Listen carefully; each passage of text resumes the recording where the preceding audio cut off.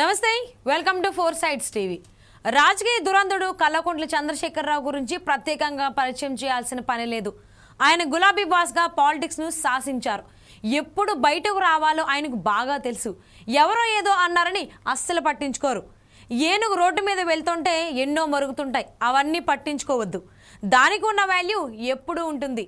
ఈ డైలాగ్ చెప్పింది ఎవరో కాదు, బీఆర్ఎస్ వర్కింగ్ ప్రెసిడెంట్ కేటీఆర్. ఎన్నికల్లో ఓటమి తర్వాత గులాబీ దళపతి ఫామ్ హౌస్కే పరిమితమయ్యారు. ఈ క్రమంలోనే ప్రభుత్వ వ్యతిరేక విధానాలు, హామీల అమలుపై పోరాటం చేస్తున్నారు కేటీఆర్, హరీష్ రావు. కానీ కేసీఆర్ మాత్రం ఎక్కడా ఒక్క ప్రెస్ మీట్ కూడా పెట్టలేదు, ప్రజల్లోకి రాలేదు. పార్లమెంట్ ఎన్నికలప్పుడు మాత్రం ఎన్నికల ప్రచారం నిర్వహించారు. ఇప్పుడు మళ్ళీ జూబ్లీహిల్స్ బైపోల్లో ప్రచారం చేసేందుకు వస్తున్నారనే విషయం తెలియడంతో గులాబీ శ్రేణుల్లో కొత్త జోష్ కనిపిస్తోంది. జూబ్లీహిల్స్లో నామినేషన్ల ఘట్టం ముగిసింది. ఇక ప్రచారంపైనే అన్ని పార్టీలు ఫోకస్ పెట్టాయి. అందుకు స్టార్ క్యాంపెయినర్స్ను రంగంలోకి దించుతున్నారు. మొన్న కాంగ్రెస్, ఇప్పుడు బీఆర్ఎస్ స్టార్ క్యాంపెయినర్లను రంగంలోకి దింపుతోంది. ప్రచారాన్ని మరింత హోరెత్తించేందుకు స్టార్ క్యాంపెయినర్ల లిస్టును బీఆర్ఎస్ రిలీజ్ చేసింది.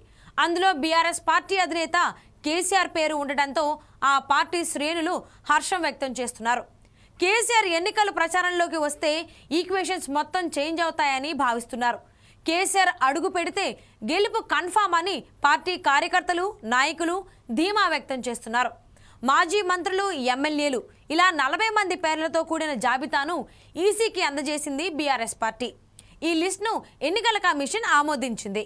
సిట్టింగ్ సీటును కాపాడుకోవాలని కేసీఆర్ తీవ్రంగా ప్రయత్నిస్తున్నారు. కేటీఆర్ ఇప్పటికే డివిజన్ల వారీగా వరుస సమావేశాలు నిర్వహించారు. మాజీ మంత్రులు, ఎమ్మెల్యేలు ఇప్పటికే నియోజకవర్గాన్ని చుట్టేశారు.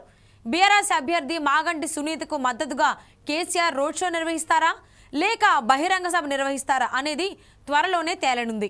మరోవైపు జూబ్లీహిల్స్ ఉప ఎన్నికకు స్టార్ క్యాంపెయినర్ల లిస్టును బీజేపీ సైతం విడుదల చేసింది. 40 మందితో కూడిన జాబితాను రిలీజ్ చేసింది. స్టార్ క్యాంపెయినర్ల లిస్టులో రాజస్థాన్ సీఎం, కేంద్ర మంత్రి నిర్మలా సీతారామన్, ఏపీ మంత్రి సత్యకుమార్, పురంధేశ్వరి తదితరులు ఉన్నారు.